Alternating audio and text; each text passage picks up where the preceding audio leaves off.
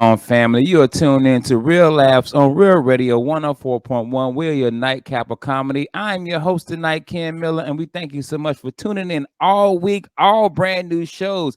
I got the whole crew in the house tonight. I got Myke Hurley, James John, and Miguel Colon Jr. And y'all know what today is? Do you know what today is? I know May it the is. 4th. May the 4th.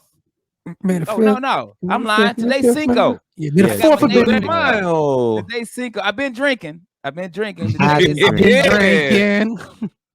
drinking. is Cinco, man. And I think it's somebody's birthday or close to somebody's birthday. Whose Some birthday? old ass MFer.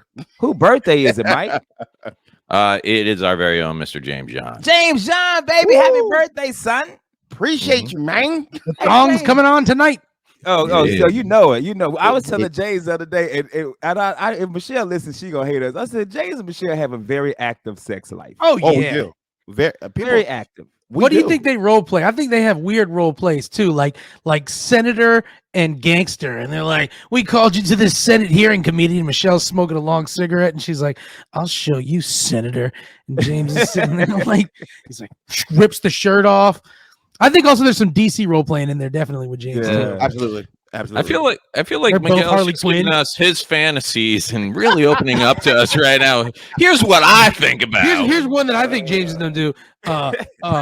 He sucks in his gut. He looks in the mirror and cries, and he says, "You could be anything you want, Miguel. You could be anything you want, Miguel." That's what I think my friend James does. Yeah, But I'm gonna tell you guys the truth. I think that's why we're together so long, is because if you want to have a happy relationship and be together for a long time, you've got to enjoy having sex with one another. If you don't, it ain't gonna last, man. I'm sorry. That's just how I feel about it, man. And I be telling people all the time, man, they got all these books about love signs and what's your love language, bro. I got 3 things I need: sex, meatloaf, and peace. Woo! That's it. And sometimes not in that order. Yeah, That's all, man. sometimes the meatloaf can help you do all 3. But it's not May 4th, it's May 5th. I'm sorry. I was trying to make a joke and I looked at the calendar and realized I was wrong. But it is James' birthday. It is Cinco. And, I'm always curious, James, but do you do Cinco de Mayo or no? I do the same thing for my birthday every single year. I am Puts a blessed. gun in his mouth, but he can't do it. Because Michelle always says, "Take that out your mouth," like I'm a puppy.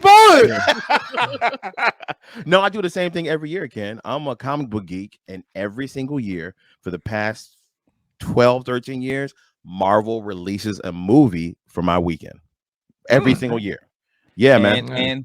And this weekend it's a big Doctor release. Strange too. Strange, It's a right? huge release, man. With the Illuminati. Have you seen the last trailer for it? I have saw it. Yeah.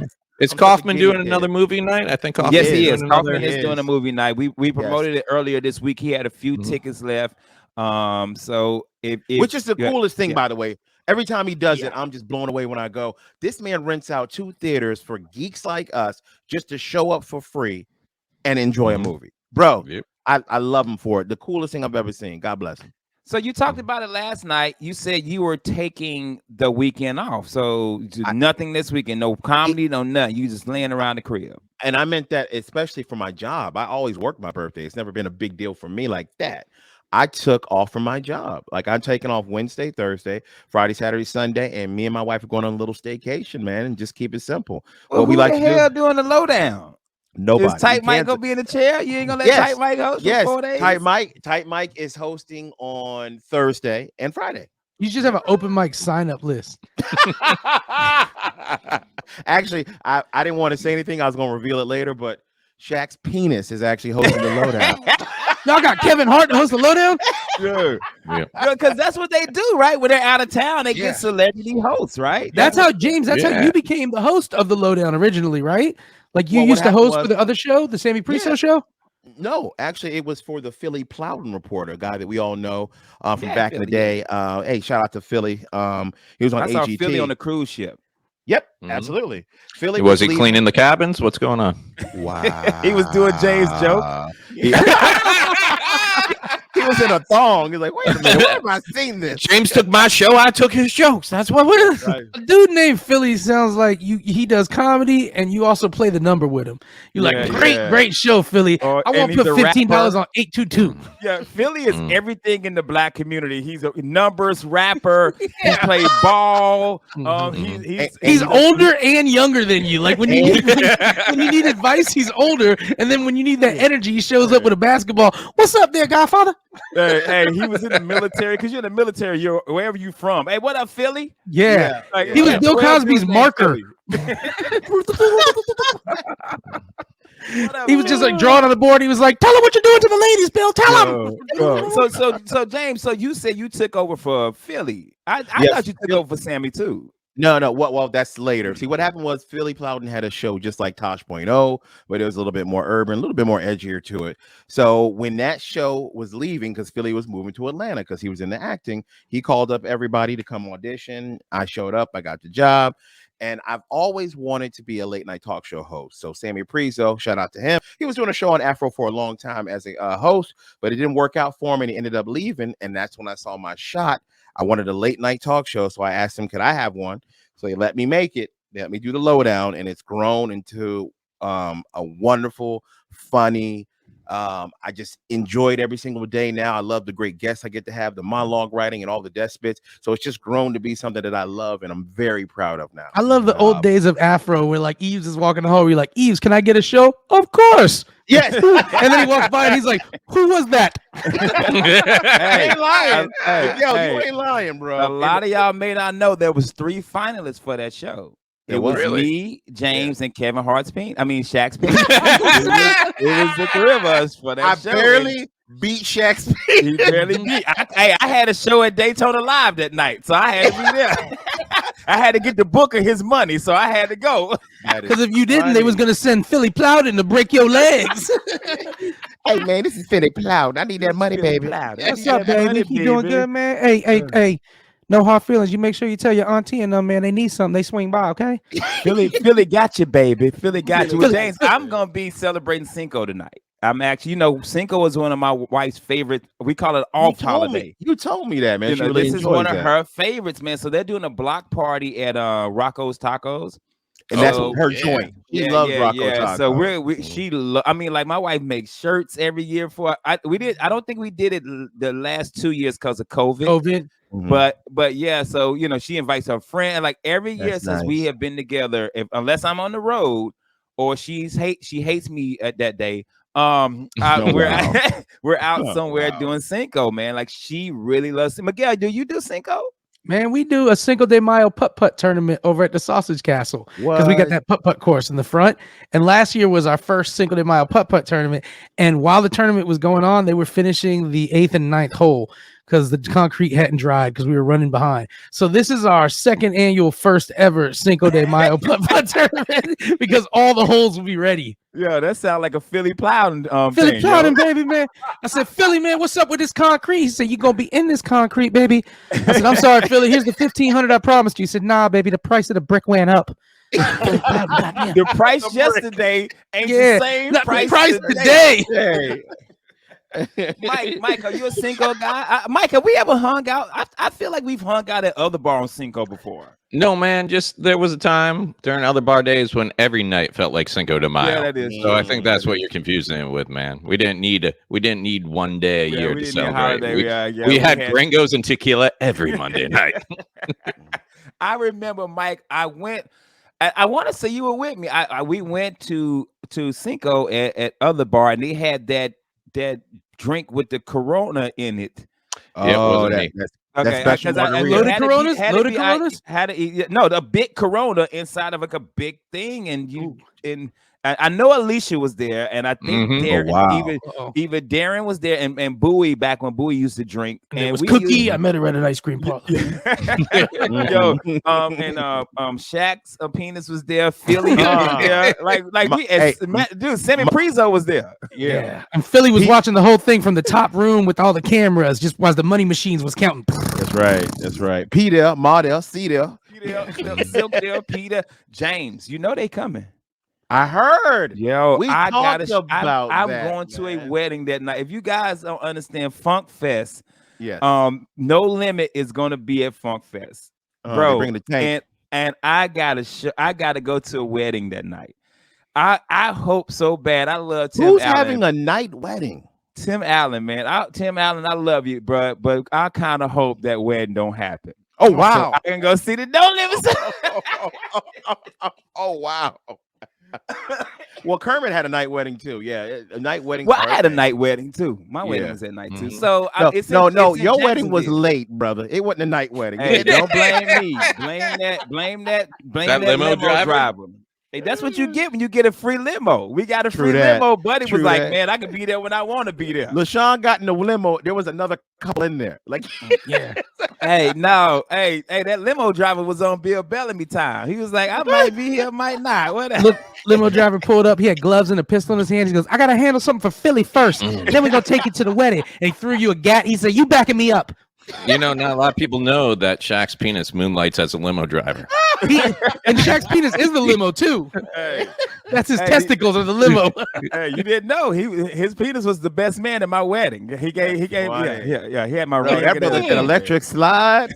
He started all the dances up. Why is Ken's best man always winking at everybody? Oh, never mind. Look, Shaq's best man's crying. Hey, man! They said Philly Powder owns some mattress firms. You know that, did you? He owns just called me up. Firms in the Popka. Philly called me up. So, hey, you talking a lot about mattress firm, baby? I said, "No, Philly, I didn't say that." He said, "My man." Well, man, hey, I just want to say happy birthday. How old you gonna be, kid? 46, brother. Appreciate 46, that. 46, man. 46, well, happy. And do you still get the Air Force Ones too, or is that Christmas? No, I told Michelle no because I have so many now. You haven't got to wear them all, yeah.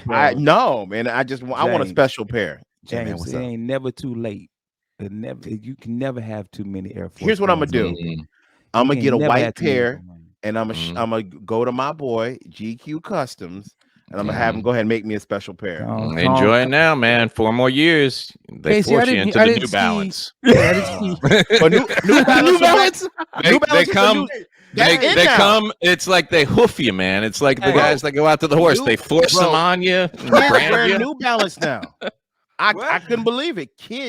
Teenagers wear New Balance now. Hey, Mark Viola was ahead of his time by 15 years. We were making fun of him. Now he rock, bro. I rock the hell out of Skechers. Skechers are the most comfortable shoes. My wife makes so much fun of me because when I tell you to the point where Dwayne wears my opening that Dwayne wears like $300-400 shoes. Dwayne put some Skechers on for work. He said, "Ken, I'm sorry for making fun of you." How's Dwayne gonna wear $400 shoes? Yeah, every time I see him, he's like, "You gonna finish that? You gonna finish that?" Man. Spent that shoe money. Hey, they spent that shit. Dude, that's how people are. That's how shoe heads are. They can't eat, but they got shoes. I am all the way Chuck Taylor Converse, low tops, high tops. They're hard on my feet, though, man. But they aren't cheap anymore. But I was on the road last week. I was down in Dania Beach at the Improv, and I looked down, and I brought my dress shoes, and my Converse weren't looking right, and I had some time before showtime, and the new Dania Improv is like a little city walk downtown area. So there was a Foot Locker. I'm like, you know what? Let me just go in, see if they got a pair of Chucks or something like that. No Chucks, but I bought my first pair of Vans, and I am loving them. I don't know if now I got to buy a skateboard and keep that in my trunk just to kind of make it look like, Get an ankle tattoo. Now you got to drink Mountain Dew just off. I already did. I'm good. Then you're good to go, man. Hey, good to go. Well, we're going to take a commercial break. When we come back, I want to talk to Myke. We just talking about Myke being on the road at the Naya Beach, which is just Miami. Being on the road, the Nia Beach in Miami. But I want to talk to Myke about his shows, man. I saw some of his pictures and how life is when you're on the road with a big time headliner and not one of us regular ass comedians. So we'll be right back. Real Laughs, Real Radio 104.1. What's going on, guys? We are back. Real Laughs on Real Radio 104.1. And remember, guys, we're your nightcap of comedy. It is May 5th, not the 4th. I had been drinking, so I messed my dates up. It is James' birthday, and it is also Cinco Cinco de Mayo. Make sure you guys go and Mm. follow us on Instagram, Facebook, and please subscribe to our YouTube channel. I have been uploading all of our videos for the past couple of weeks and putting in clips as well. So make sure you go follow that. And if you missed these shows, please go to iHeart, search Real Labs, and download the podcast Playboy. Myke Hurley, he in the building. James John in the building. Miguel Colon Jr. in the building. Mike just got off the road, man. Mike was on the road, with the real road with I'm a mess her last name of Fortune Feimster. Fortune Feimster. And I was living vicariously through you. Well, that's a change of pace because that's usually what I do on your end. I'm like, man, I wish I knew how to barbecue and be married. Man, Mike. Relationship goals. One of them two you don't want, but I'm going vegan. I'm going vegan like Shaq. I was talking about barbecue, baby. I love being married. Mike was posting pictures of green room snacks and the crowd and the how we should be treated as comedians, bro. How we should be treated. So, Mike, how was your tour, brother? Where did you start out? Where did you end? And how was it working with Fortune? Because I think you had worked with her before, right? Yeah, I worked with her. It was funny. I worked with her about 3 years ago. She came through the Improv, and I just did one show with her. And that was it, just one show. And then, like 3 years later, Krista Spanik hits me up, and she's just like, hey, Fortune's agent called looking for your information. I think they want to put you on something. And I said, okay, give him my information. And then he hit me up and he was just like, hey man, she's coming through. She's doing a Florida run. She's going to do the Florida Theater in Jacksonville one night. She's going to be in Dania Beach for 2 shows at the new Dania Improv. And then Mahaffey Theater, which is out by the Dolly Museum in St. Petersburg for a show. And he's like, you want to do it? And I'm like, yeah, sure, man. Of course. And I've been fortunate enough to like tour with Louis a little bit before he passed away. And those were my first real big theater shows. And you guys have all experienced doing like a bigger show. Man, it's so hard to go do those shows because the first night you're just getting used to the size of the place again. It's not your club. And there's a difference between doing comedy and like a venue that's 2,400 people and a little nightclub. And then by the end of the run, you just don't want to go back to clubs. You're like, no, man, this is it. Even we had 1,200 people the first night up in Jacksonville.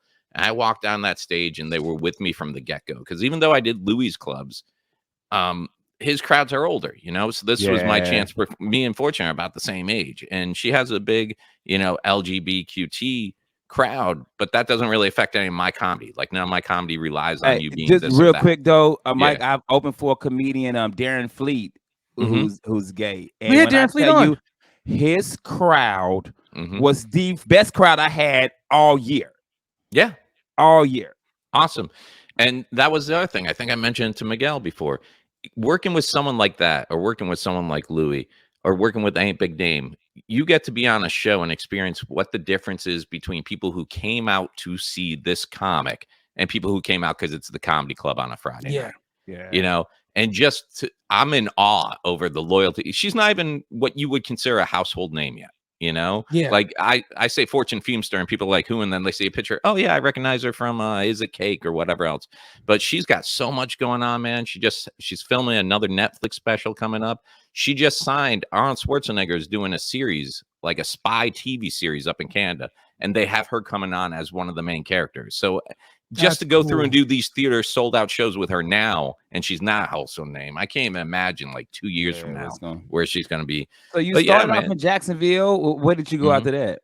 We went down to Dania Beach, the new Improv. I love that club. It's nice. Now, when I did it, that green room, amazing. When I did it, it was like 50 people. So I hope you had more. Dude, she sold out. You gotta realize we just went from doing a theater in Jacksonville that holds 1,800, and on a Thursday night she had 1,200 people in there paid to see her on a Thursday night. You know, couldn't sell it out. So we go down to the Dania Improv. They seat right around 400, maybe a little less, and packed out both shows. But the first joke I told, and we were just doing a 2-person show. So no host, no nothing. And the so energy must have been so good because this crowd is her crowd, and they're receptive and ready to do this. It's her crowd, but just from doing 1,200 people the night before, I went out in my first like 5 minutes in front of 400 people.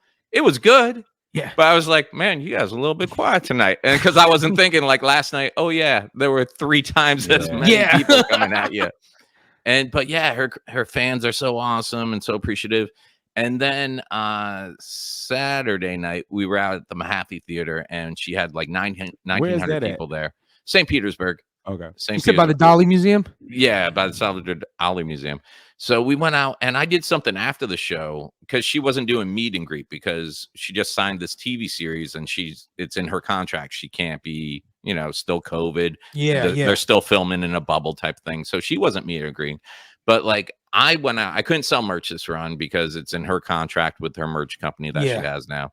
So I was like, no problem. But I'm still gonna try and make some connections, and you just did a good show. Why not pick up some fans? Yeah. So I went out with my business cards, and there was one person who asked, like, hey, is Fortune coming out? I'm like, no, but I'll tell her you said hi. And I'm like, you know what? And I grabbed my tripod and my camera on that last show, and I set it up on a table right by my business cards, and I just push record, and I just had it so it was like set for FaceTime. And I'm like, hey, if you want to leave a message for Fortune, That's cool. Yeah. So all these people are just coming in and like saying, hey, Fortune. And I took that. I had like 20 minutes of it. And I edited it down to like a 3-minute, just bam, bam, bam, bam of just people sending their love to Fortune. And I sent it to her agent, and he's like, man, this is awesome. Thank you so much. And I'm not gonna lie, there were a couple of people in there going, and next time you come back, bring this guy because he was amazing. Blah blah blah. So here's your 20. Here's your wallet.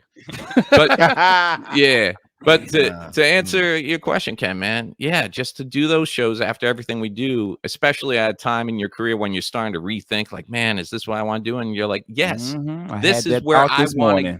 This is where I want to get to. This Especially is what Myke, it should feel like, and you get paid. To think that it's been 3 years since you worked with Fortune, and she's coming back, and this is a pivotal run for her because she's getting her own show soon, all this stuff, and her people are like, oh, let's bring back that guy that we worked with. You know what I'm saying? That means a lot. That's her being like, yeah, you know what? I'm confident about bringing that guy. That means a lot. It means a lot. The funny thing, when they called me up about it, they're like, yeah, you opened for Fortune like 3 years ago at the Improv, and we were really impressed with you, and we'd like to offer you. I had featured that night, but the host was a female lesbian comedian. And I said, hey, guys, I appreciate it, but maybe you're thinking, because, just knowing her fan base, I'm like, maybe you're thinking, they're like, no, she said middle-aged white guy. I was like, oh, that's fine. And then when I got to Jacksonville, I got to talk to her for a few minutes before the show. And I was like, yeah, I was sure you wanted the girl. And she's like, no, there's enough lesbians on this show. I'm like, Myke, you're such a good guy. Because even if they would have called me up and been like, yeah, we loved you. You're that small Asian lesbian girl, right? I've been like, that's me. That was me. But that's me. Oh yeah. That's the cool thing about it is, like, when you work with these big names, you get a green room, which is nice. But your green room That's is the like, thing I was so impressed by. The green room and the snacks. Yeah, here's a bottle of water is usually what you get. And then in their room, it's all baskets and posters and gifts. And I was just about to go on stage Thursday night, and Fortune comes over and she's like, hey, do you like popcorn and chocolate and stuff? I'm like, yeah. I'm like, my kids, do too and stuff like that. She's like, all right, because they gave me like 3 baskets of stuff, and I'm never going to eat all this stuff. She's like, so I'll leave a couple of things in your green room. I'm like, okay. So I introduce her. She goes on stage. I go in my green room. It's just this spread of specially made chocolates, like what you call it, like those little, when you go to fairs and it's those artisan type stuff. It's the hotel manager from John Wick just standing there. Hello, Mr. Hurley. Yeah. Welcome to your green room. And you didn't bring swim trunks. I'll have some made for you with a lazy river. You really do get treated different. Like, I walk around, I got there early, and like people are coming up, Mr. Hurley, can we get you anything? I'm like, no, can I get you anything? I got a theater degree, man. Let me help you pull some props. What we gotta do? You need to move a set? I can pull the curtain too. What you guys need, It's such a different experience, man. It's and such a different experience, man. That's the same thing when we did Dr. Phillips with Preacher, and you're talking, I don't even know the number. It had to be 3, maybe 5,000 people. It was a lot of people there. You guys did outside, right? Yeah, that was that. We were the first show coming back. And but the people that were like, so do you guys need anything? What do you need? Anything? Can I help you with something? I'm just like, I just need alcohol. I just need that microphone to be on when I walk. Yeah, you know what I mean? Like, the one thing that, Myke, the story you said about them remembering you, man, I did side splitters with Jim Norton. And the coolest thing was we were in the green, and it was me and Preacher, and he just kept asking like, so how's your career? What's going on? Like Jim was so nice, and his manager's name is Kenny, which my name's Ken. So when Jim came back, I got a call from the guy that on side was like, hey man, Jim Norton, people love you. They want you to come back. I said, he remembered me? Like, yeah. They was like, yeah, the tall black guy with the glasses on. I said, JB? JB. It's like, no, bro.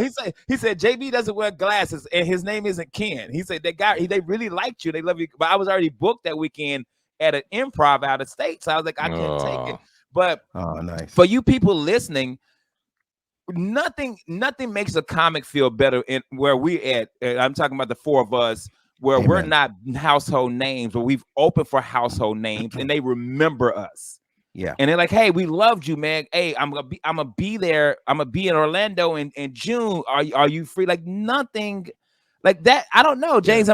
Is it me or is like that feels good for comics like us? To have any comic that has a career that you looked up to, or anybody that you respect in the game that's been doing it for a while, to just treat you with dignity and respect, you're like, that meant the world to us. That meant because they're at a point where they don't have to. And for them to take up for you too, when the club's not treating you right, really means something to you. So I know exactly what you're talking about. And I haven't had good like green room experiences. I shouldn't say good, but I haven't had like the luxurious experience until I opened for Preacher. Like there was a wall of food with tables lined up and stuff. I had never experienced that. So I'm looking. Where do you open for? What's that? The Christie B? Was that up in Daytona? Okay. Palm Bay, Palm Harbor. Yeah, I'm doing that. Palm Coast. I'm doing Palm Coast is what it is. Yeah. Hey, dog. Ain't no better green room though. I'm about to shout my dog out.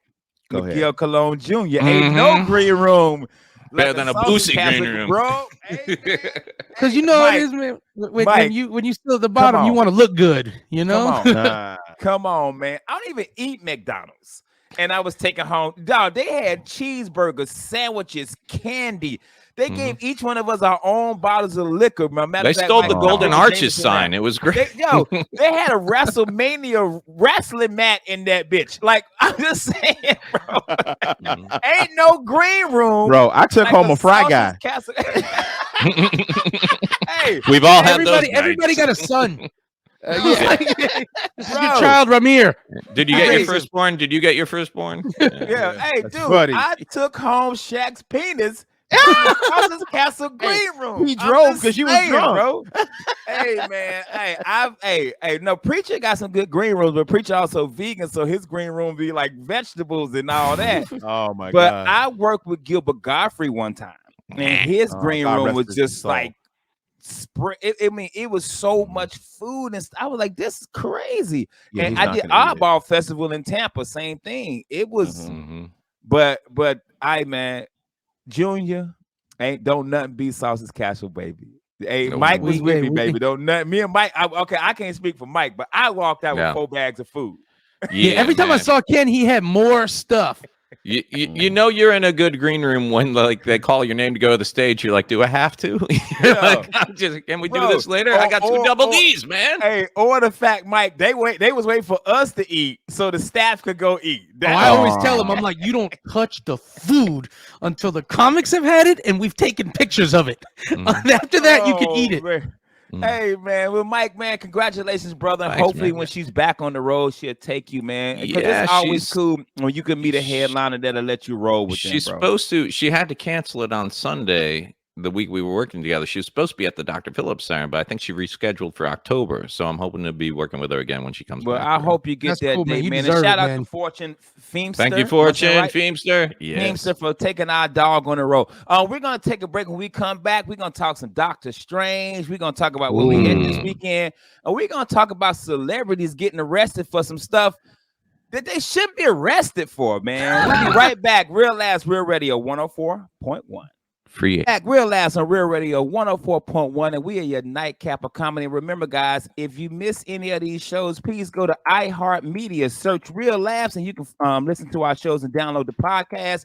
Or if you want to see these beautiful faces, please go to our YouTube page, Real Laughs, and I have uploaded all the shows for the past couple of weeks, and we also have some past shows which I've been watching. when I had a full beard and a bunk bed in the back. I am joined in virtual studio with James John, Myke Hurley, Miguel Colon Jr. Miguel, I almost start calling myself Ken Miller Sr. Ken Miller Sr. Just because you junior, and I don't want you to be stealing my shine. I That's want to talk That's about Mr. McAdoo's boy right there. Yeah, no, my dad is Charlie Homer McAdoo Jr. Charlie Homer McAdoo. That's right. But Junior. I'm Kenneth Kente Miller Sr. So Junior is Junior, which he likes Junior. He likes Kenny. Those are the two names we call them. And then asshole. That's the third. And, I love when I cuss James. I was like, oh wow. Oh wow, James a deacon at my church. Oh wow. I am. Oh wow. James, what's the like? I may ask this question. I don't mean to interrupt. What is like angry dad James like at the boys? Oh yeah, that's a good one. Because I see Michelle being more of the I will slap the out of y'all. I see you more like look, that's right. She gonna slap you, and then you take him in the room like, look, your mama gonna slap you. Yeah, I'm like, bro, listen, I'm the mediator. Like, bro, listen, you have two choices to make. You could either die or do what your mama say. You choose. You choose. Hey, now, James, you can either die. We both die. Or you do the right thing. You choose. I feel like my dad's vibe a lot was just like, yeah. And my old man never said it, but I feel like a lot of his vibe was just looking at me like, you making me do something now, and all I wanted to do was watch TV. Right. You're right. Like okay, so we all except for me, we all got boys. I got a son. Myke got 2 sons. James got 3, and it's crazy because like Junior was the one kid I always had to be like, bro, your mother's gonna kill us both. Yeah, bro. Sit your ass down, like bro, shit, or go talk to your son. I'm like, Junior, why? He's 22 now, and and when my son calls me, I know him and my ex-wife have got into it, and he's calling me for advice. Or if I get a call from her, it's like, hey, you need to talk to your damn son. Your son ain't doing, and I gotta call him up. I'm like, hey, Junior, Dad, but I'm like, look, man, your mother's a black woman. You're wrong. I used to know, Ken, when I did something wrong and my father wouldn't have a chance to take off his camis, like his BDUs or whatever. If he hadn't even had a chance to take off his camis, and my mother was like, you know what your son did today? I was like, man, this is gonna be a special, because he's still in military mode. Yeah, he hasn't even had a chance to get home and be in shorts and a shirt and a beer. Bro, I've been there, man. When I was in DC, I came home and my son I've only whipped my kids 2 times, each one once each. I had just came home. I had been on the road with the president. I got my BDUs. I walk in the door, and my ex-wife, and I walk around the corner, and Junior had Drew on the wall. And how old was he? Like 6, 7 at that time? He was like 2. Oh, okay. He was like a kid. I towed his ass up. Threw him in the washing machine, bro. And then I walked to the mailbox and cried. Yeah. You just beat up a 2-year-old, dude. Because Myke, this is the thing. I grew up in the household where my mama whooped us all the time. And having those camis on, right? But I had my BDUs on. I was tired. I had just sat in DC traffic for 2.5 hours. Somebody had to get their ass whooped. Yeah. I would literally hope to God my father would be able to change before he heard what I did, because I felt like if he took the clothes off and he was in his relaxing shorts and a beer and a shirt, I was gonna get a different kind of thing. He was gonna be mad, but he was come through the door, still smell like the field, grease, and now you're about to hear what your badass son did. Yeah. Myke, so who's the disciplinary in the house? You or baby mama? The state, Myke. First off, it goes back to my dad used to tell me, he's like, after I moved down and stuff, he's like, Myke, I had 3 sons, and he's like, and you were the toughest one to crack. He's like, your older brother, I knew it would always come to blows. Like him and my older brother fought. Like, holes in walls, that type of stuff, using another guy's head to put a dent in the wall. He's like, that didn't work with you. He's like, your little brother, I knew I could yell at him and he would break down. He's like, yelling didn't work at you. And he's like, I think it was when you were 14 or 15, I realized I couldn't hit you because it didn't do any good. I couldn't yell at you because it didn't do any good. He's like, accidentally one day, I just didn't feel like doing anything with you. And I just looked at you and said, you really disappointed me. And he's like, and you broke down crying. And I thought to myself, I got it. Got him. And Just learned it. and that's how it is with my oldest, with Aiden, man. If he just senses, Who? Time out. By the way, really, real quick, he is about to be 6'6".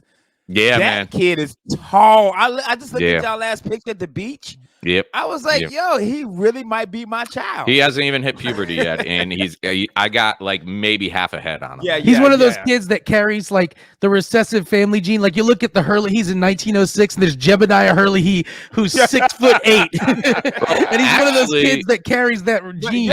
But Actually, the funny thing tall, is, right? man, my great uncle played on the first Celtics team.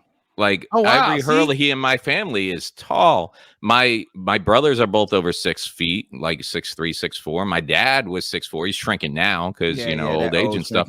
But when we went to the doctors while my oldest was still in the womb, his mom's shorter than me, and they said, "Hey, obviously this kid's not going to grow up to be a basketball player." And I'm like, "Oh, you're going to be surprised because like I'm the runt because my mom's Sicilian and 4'0" you know."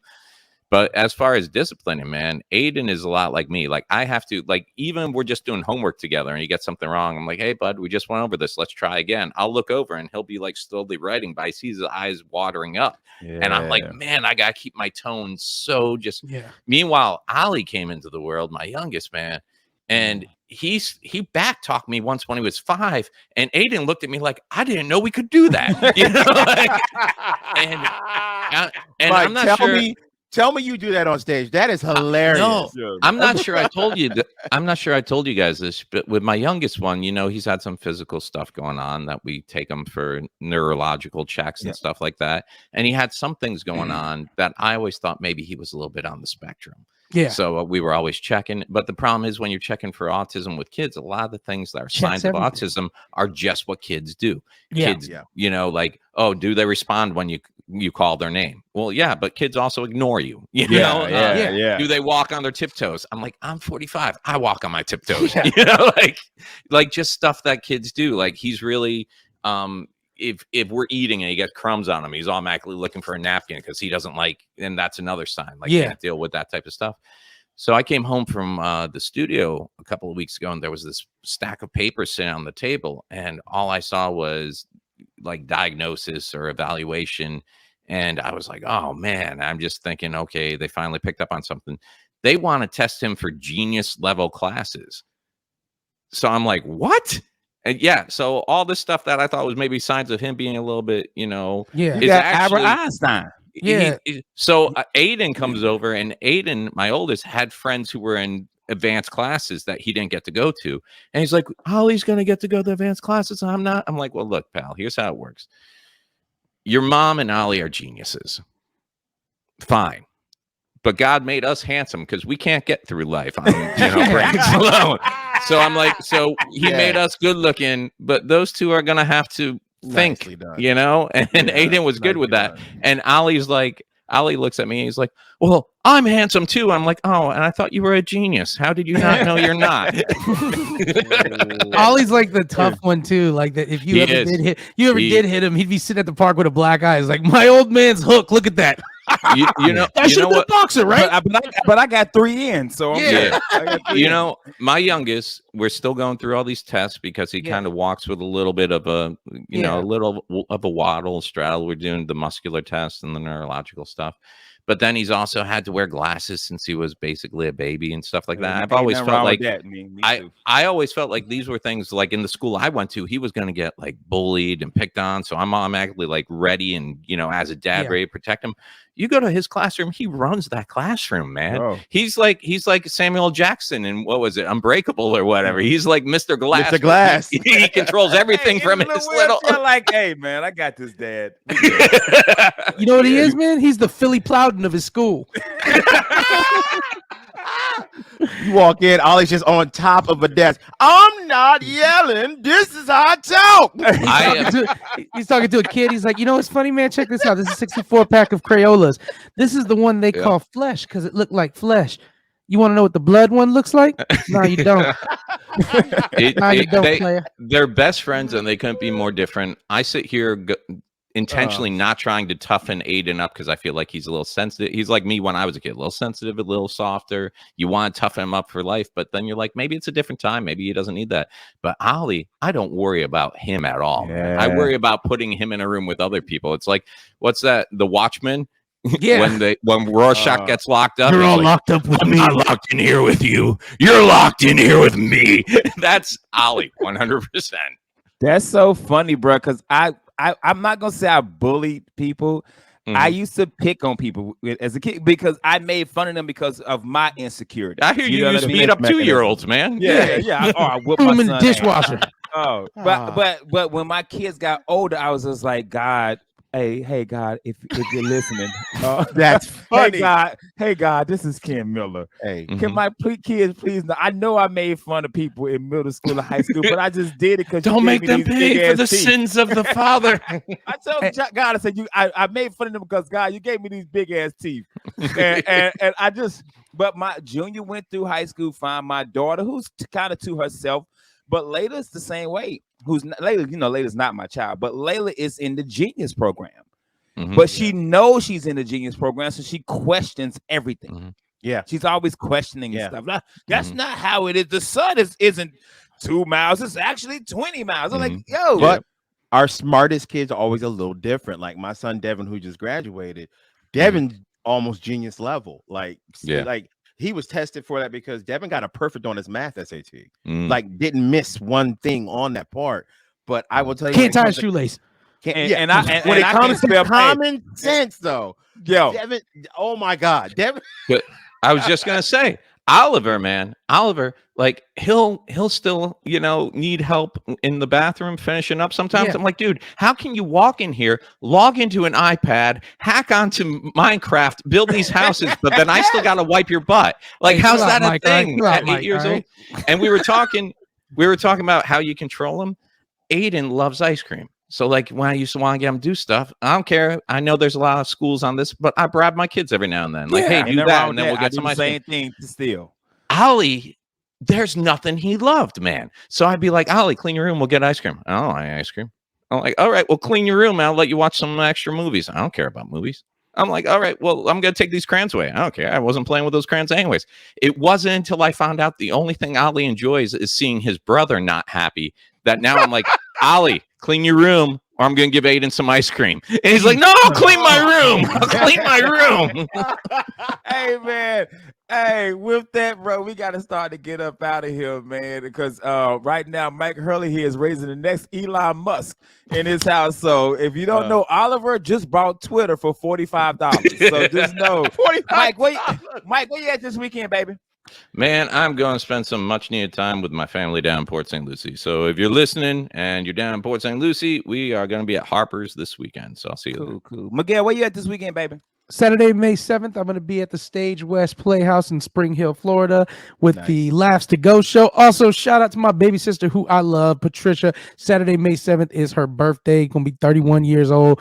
Grown-ass woman, always going to be a little baby I held in my hands for the rest of my life. Ain't nothing wrong with that. Birthday boy, what you doing this weekend, dog?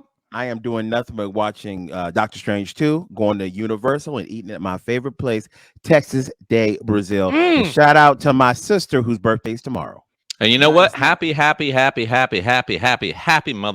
Day out there to my mom and all those other moms out there. You deserve it. Take some time for yourself. What's sister's birthday? Jennifer. Tell Jennifer I said what's up. That's my Jennifer homie, bro. Yon. That's my homie, man. Your homie. That is not my sister. I keep telling you that.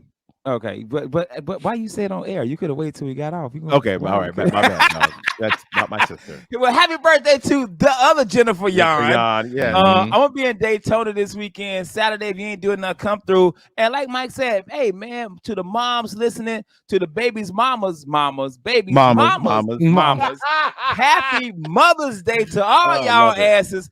Thank y'all for tuning in. Hey, Bill Bellamy will be at the Orlando Improv this weekend. He couldn't make it, but go see him because we got to promote him. Will he, though? What? Will he be there? What up, he was supposed to be here.